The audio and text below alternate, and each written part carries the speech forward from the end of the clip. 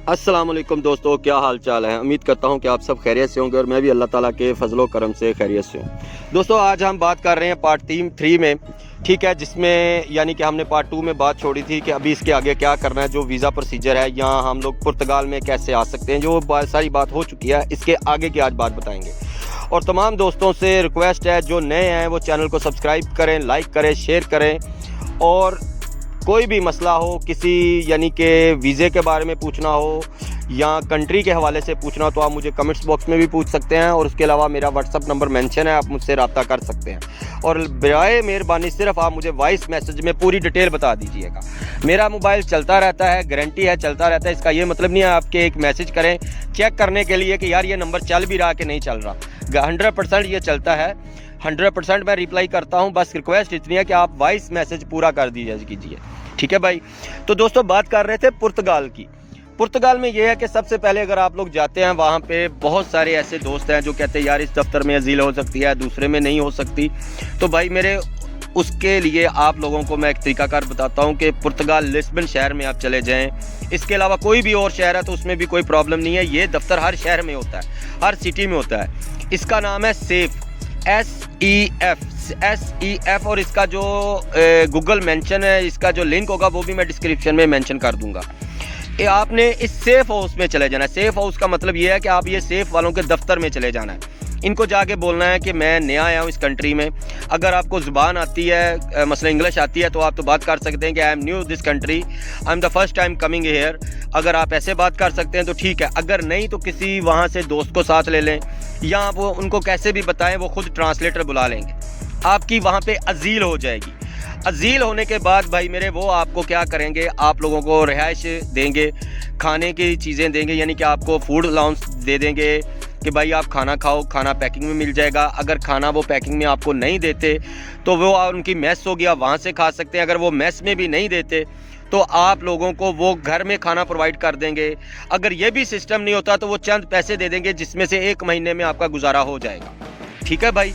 हर महीने वो खर्चा दे देंगे। अगर ये सिस्टम के अब बाद में आपको क्या करना पड़ेगा, आपके फिंगर होंगे, आपकी स्टोरी सुनी जाएगी कि भाई मेरे आप क्यों आए हैं, कैसे आए हैं, कैसे नहीं आए, क्या प्रॉब्लम है आपकी कंट्री की, आप यहाँ क्यों रहना चाहिए। ये नॉर्मल यानी इंट्रोडक्शन होता है उनका, ये करेंगे। इसके बाद भाई मेरे जैसे आपकी फ़ाइल लॉक हो जाएगी, आपका बैंक कार्ड बन जाएगा या आपको कोई टैक्स नंबर मिल जाएगा, तो आप कहीं ना कहीं काम कर सकेंगे। आप काम करो, अपना टैक्स पे करो। उसके रीज़न में, उसके बिहाफ पे आप लोगों को पेपर मिलेंगे, ठीक है ना। आप फ्री ऑफ कॉस्ट बैठ तो नहीं सकते, तो आप लोगों की माशी हालात ठीक हो सकती है। आप लोग अगर ये कहते हो ना कि यार मैं मर गया, मैं इतने पैसे लगा के आया था, इतने, यार आपको थोड़ा सा टाइम वेस्ट करना पड़ेगा। आप थोड़ा सा टाइम वेस्ट करोगे, उसमें ये फ़ायदा होगा कि भाई मेरे आप लोगों को जितना आप वहाँ पे टाइम स्पेंड करोगे, जितनी ज़बान सीखोगे, वहाँ से आप लोगों को सैलरी मिलेगी, वो आप खाओगे, अपने घर बेचोगे, वही फ़ायदा है, ठीक है ना। रातों रात कोई अमीर नहीं बनता।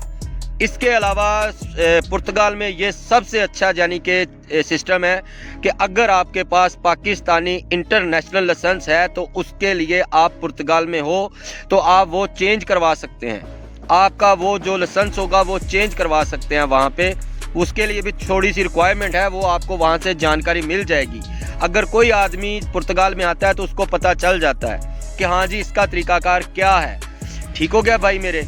तो आप लोगों से रिक्वेस्ट है कि ये डंकी से बचे, ठीक है। आप लोग दुबई आओ, दुबई से आप लोगों को इंशाल्लाह ताला बफज़ले खुदा सही आदमी मिलेंगे और आप लोगों को वीज़ा भी लग जाएगा, किसी भी यूरोप कंट्री का, किसी भी शेंजन कंट्री का, ठीक हो गया भाई मेरे। एक दोस्त ने ये भी सवाल किया था कि भाई मेरे मुझे स्पेन जाना है, तो स्पेन में अजील कैसे होगी। भाई मेरे अगर मैंने आपको कहा है ना कि आप लोग स्पेन आओ, विज़िट पे आओ, तो वहाँ पे आके अजील करवा लो, तो ये गलत है। आपने अगर फॉर एग्जांपल आप विज़िट किसी और कंट्री पे आए हो तो आप चले जाते हो स्पेन में। स्पेन में 2 तरीके हैं। 2 तरीके ये हैं कि अगर आप वहाँ पे जाके अजील करवा लिया ना तो उसमें आपकी कोई रिक्वायरमेंट नहीं है। आपने सिर्फ किसी भी पुलिस स्टेशन जाना है, किसी दोस्त को साथ ले जाएं, वो आपके पासपोर्ट की फ़ोटोकॉपी देगा और वहाँ पे आपका रजिस्ट्रेशन हो जाएगी कि ये आदमी इस कंट्री में आया है, ये आदमी आज की डेट में इस कंट्री में आया, इसने अपनी रजिस्ट्रेशन करवा दी है।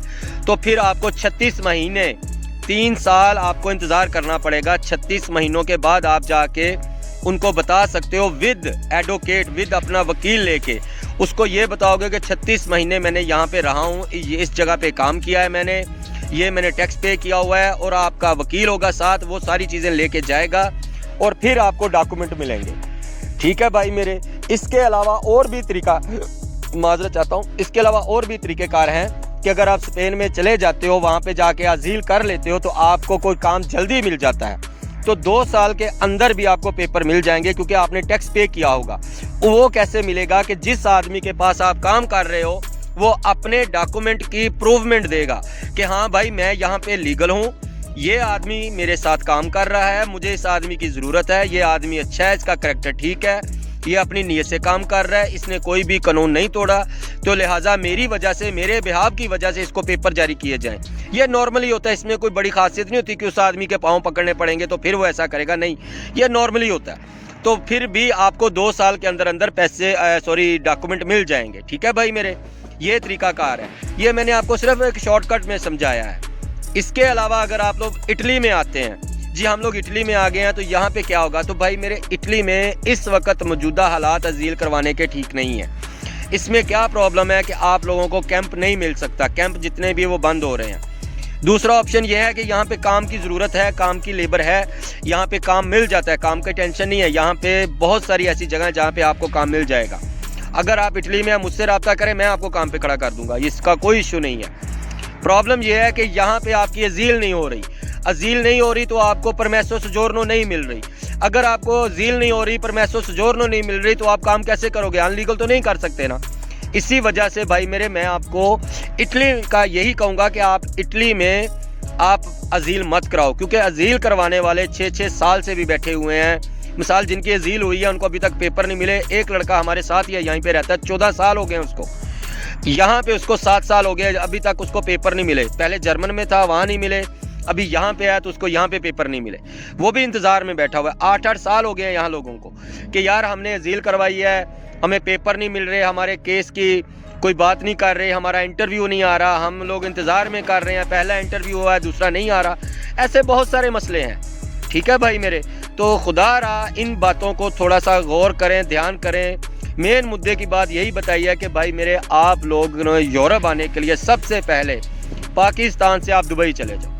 दुबई में जाके आप रब्ता कर लो मुझसे, या मैंने नंबर मेंशन कर दिए हैं जिन लोगों से आप लोगों को वीज़ा मिल सकता है, आप लोग इनसे रब्ता कर लें। अपनी दुआ में याद रखिएगा। अगर मेरी बात किसी को बुरी लगी हो तो भाई मेरे, मैं माजरत चाहता हूँ। अपनी दुआ में याद रखिएगा। तो अल्लाह ताला आप सबको कामयाबी अता फरमाए। ओके जी, अल्लाह हाफिज़, अस्सलाम वालेकुम।